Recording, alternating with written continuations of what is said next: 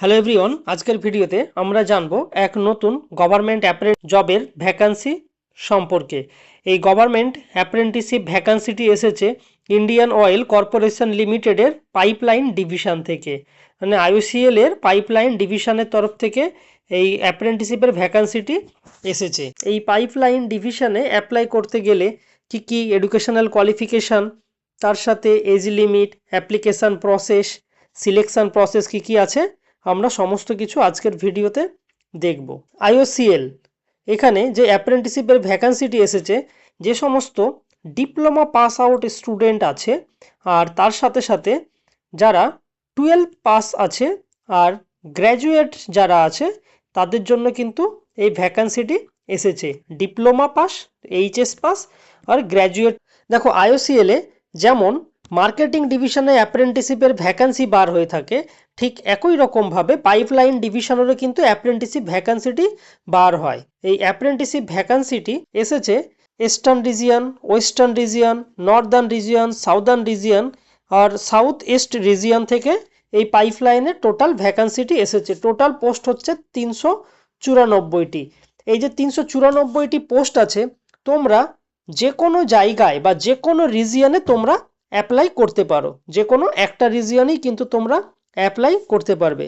But আমাদের West বেঙ্গলে যে ভ্যাকান্সিটি আছে সেটি হচ্ছে ইস্টার্ন রিজিয়নের আন্ডারে, ইস্টার্ন রিজিয়ন পাইপলাইন ডিভিশনের আন্ডারে। ওয়েস্ট বেঙ্গলের দেখো এখানে দেওয়া আছে আসানসোল, বোলপুর, বজবজ, দুর্গাপুর, হলদিয়া, শিলিগুড়ি, কল্যাণী, কলকাতা, মাদারিহাট, মৌরিগ্রাম, রাজবাঁধ।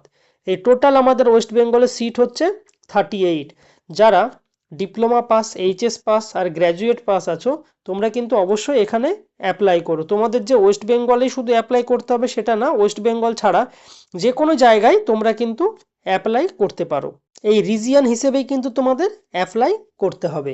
এখানে অ্যাপ্লাই করতে গেলে তোমাদের যে মিনিমাম এজ আছে সেই এজ থাকতে হবে 18 থেকে 24 বছরের মধ্যে থাকলে তোমরা কিন্তু এখানে ফর্ম ফিল আপ করতে পারবে। এখানে ডিপ্লোমার যে পোস্টটি এসছে সেটি হচ্ছে টেকনিশিয়ান অ্যাপ্রেন্টিসশিপের জন্য। তার সাথে সাথে এইচএস এর যে পোস্টটি এসছে সেটি হচ্ছে ডাটা এন্ট্রি অপারেটরের জন্য। তার সাথে অ্যাসিস্ট্যান্ট হিউম্যান রিসোর্সের যে পোস্টটি এসছে আর অ্যাকাউন্টেন্টের যে পোস্ট এসছে এটি হচ্ছে গ্র্যাজুয়েশন পাস আউট স্টুডেন্টদের জন্য। দেখো এখানে টেকনিশিয়ান অ্যাপ্রেন্টিসশিপ মেকানিক্যালের যেটি এসছে, তোমাদের কোয়ালিফিকেশান থাকতে হবে 3 ইয়ার্স ফুল টাইম ডিপ্লোমা থাকলে তোমরা এখানে অ্যাপ্লাই করতে পারবে।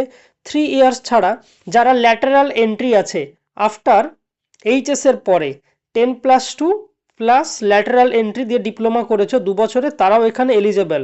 তার সাথে সাথে যারা আইটিআই পাস করার পরেও ডিপ্লোমা করেছো তারাও কিন্তু এখানে ফর্ম ফিল আপের জন্য এলিজেবল।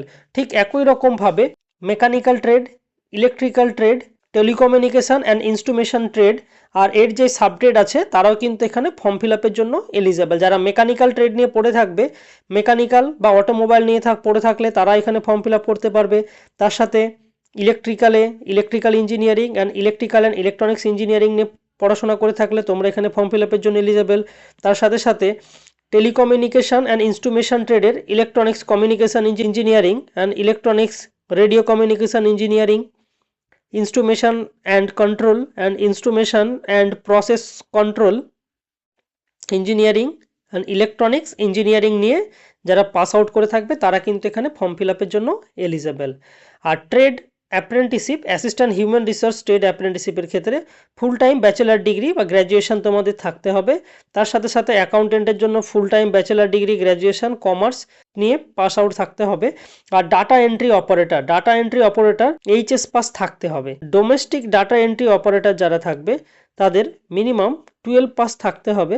তার সাথে তোমাদের স্কিল সার্টিফিকেট থাকতে হবে, তাহলে তোমরা ডোমেস্টিক ডাটা এন্ট্রি অপারেটর পোস্টের জন্য অ্যাপ্লাই করতে পারবে। এখানে টোটাল 7খানা ট্রেড বা 7খানা ডিসিপ্লিনের উপরে কিন্তু ভ্যাকেন্সি বার হয়েছে। এখানে অ্যাপ্লাই করতে গেলে সবকটির ক্ষেত্রে তোমাদের বয়স থাকতে হবে 18 থেকে 24 বছরের মধ্যে বয়স থাকতে হবে। আর যাদের ক্যাটাগরি আছে তারা গভর্নমেন্ট নিয়ম অনুযায়ী বয়সে ছাড় পেয়ে যাবে। এখানে যে সিলেকশন প্রসেস আছে, সিলেকশন হয়ে থাকবে তোমাদের মেরিট বেসিসে। এখানে কোনো এক্সামও হবে না, কোনো ইন্টারভিউ হবে না, ডাইরেক্ট মেরিট বেসিসে সিলেকশন হবে। মেরিট বেসিসে সিলেকশন হওয়ার পরে তোমাদের কিন্তু ডিভি হবে, এখানে ডাইরেক্ট কিন্তু ডিভি মেরিট বেসিসে সিলেকশন হবে। এখানে অ্যাপ্লাই করতে গেলে তোমাদের প্রথমত যারা এইচএস পাস আছে, যারা ডাটা এন্ট্রি পদের জন্য অ্যাপ্লাই করবে, তোমাদের কিন্তু অ্যাপ্রেন্টিসশিপ ইন্ডিয়াতে রেজিস্টার থাকতে হবে। তার সাথে সাথে যারা টেকনিশিয়ান আছে বা গ্র্যাজুয়েট আছে, তাদের ক্ষেত্রে এনএটিএস পোর্টালে কিন্তু তোমাদের রেজিস্টার থাকতে হবে, তবেই কিন্তু তোমরা এখানে ফর্ম ফিল আপ করতে পারবে। প্রথমে তোমাদের এখানে রেজিস্ট্রেশন করার পরে তোমাদের আইওসিএল এর যে ওয়েবসাইট আছে, এটি হচ্ছে আইওসিএল পাইপলাইনের ওয়েবসাইট, এখানে যাবে। এখানে যাওয়ার পরে তোমাদের কিন্তু রেজিস্ট্রেশন স্টেপ বাই স্টেপ যে সমস্ত প্রসেস আছে সেই প্রসেসগুলো তোমাদের ফিল করতে হবে। তোমাদের ডাইরেক্ট যারা এনএটিএস আর এনএপিএসে আছে, দেখবে এখানে এটা IOCL eastern region, western region, পরপর এদের রেজিস্ট্রেশন নম্বর দেওয়া আছে বা এস্টাবলিশমেন্ট আইডি নাম্বার দেওয়া আছে, এটা দিয়ে সার্চ করলেও তোমরা কিন্তু অ্যাপ্লাই করতে পারবে। ফার্স্ট তোমাদের কিন্তু রেজিস্ট্রেশনটা করাতেই হবে।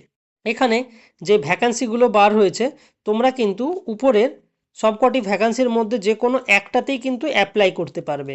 ফর্ম ফিল আপ স্টার্ট হচ্ছে 28/1/2026 থেকে 10/2/2026 পর্যন্ত। এই টাইমের মধ্যে তোমাদের কিন্তু ফর্ম ফিল আপটা কমপ্লিট করে নিতে হবে। ডিপ্লোমা পাস আর এইচএস পাস আর গ্র্যাজুয়েট পাসদের জন্য এটি একটি গোল্ডেন অপরচুনিটি, যা আইসিএল এর মতো সংস্থার একটি অ্যাপ্রেন্টিসশিপ তোমরা করতে পারবে। তোমরা এই চ্যানেলটাকে সাবস্ক্রাইব করে রেখো। আর অ্যাপ্রেন্টিসশিপের এখানে অ্যাপ্লাই করতে গেলে কারো কোনো কিছু যদি জানার থাকে, কোনো যদি কোশ্চেন থাকে, তাহলে সে কমেন্ট বক্সে গিয়ে কমেন্ট করতে পারো।